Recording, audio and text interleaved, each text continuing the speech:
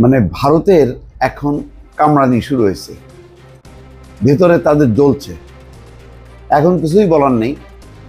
পাকিস্তানের সাথে কেন বাংলাদেশ বৈঠক করছে?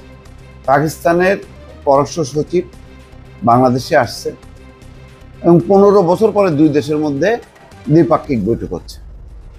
এরপর পররাষ্ট্রমন্ত্রী আসবে, সেটাকে কটাক্ষ করে। এবং দেখেন মানে ভারতের মধ্যে কি ধরনের জ্বলুনি শুরু হয়েছে। তারা বলতেছে যে এই ডুবন্ত পাকিস্তানের সঙ্গে সম্পর্ক করে কি লাভ, এতে বাংলাদেশের কোনো লাভ নেই। এবং এই সমস্ত করতে যে বাংলাদেশের অর্থনীতি আরো ডুবতে বসছে, তার কিছু কারণ তারা নিয়ে আসছে।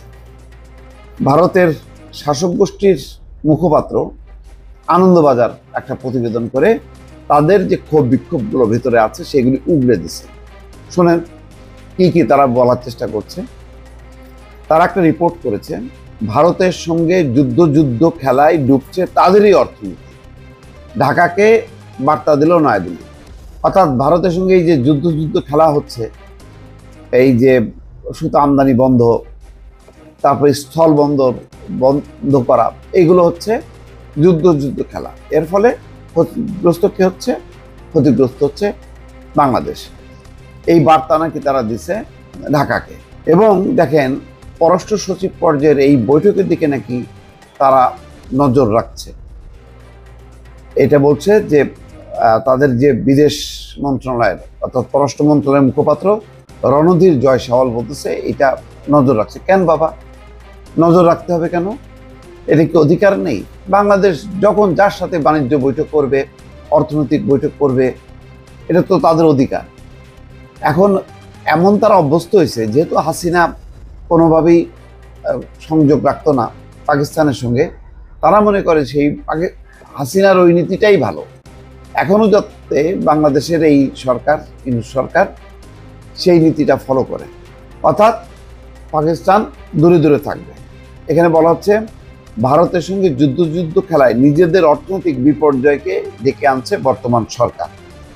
তাতে বাংলাদেশের নাগরিকদের দুরবস্থা বাড়ছে, বই কমছে না বলে সেই রাষ্ট্রের সরকারকে অর্থাৎ বাংলাদেশকে বার্তা দিয়েছে সাউথ ব্লক।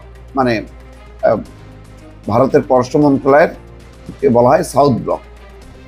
শেখ হাসিনাকে সরানোর পর বাংলাদেশের অন্তর্বর্তী সরকারের মেয়াদ ক্রমশ বছর দিকে এগোচ্ছে, তার আগেই এই বার্তা দিছে দিল্লি ঢাকাকে। সূত্র বলছে যে ঘরোয়াভাবে 6টি বিষয়কে নির্দিষ্ট করে বাংলাদেশের প্রশাসনিক এবং রাজনৈতিক যে ত্রুটিগুলো সেগুলি তুলে ধরার চেষ্টা করছে সাউথ ব্লক।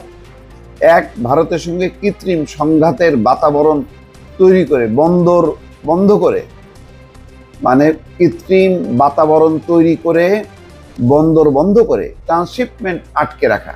বাবারে, ট্রান্সশিপমেন্ট কারা বন্ধ করলো? তোমরা বন্ধ করছো।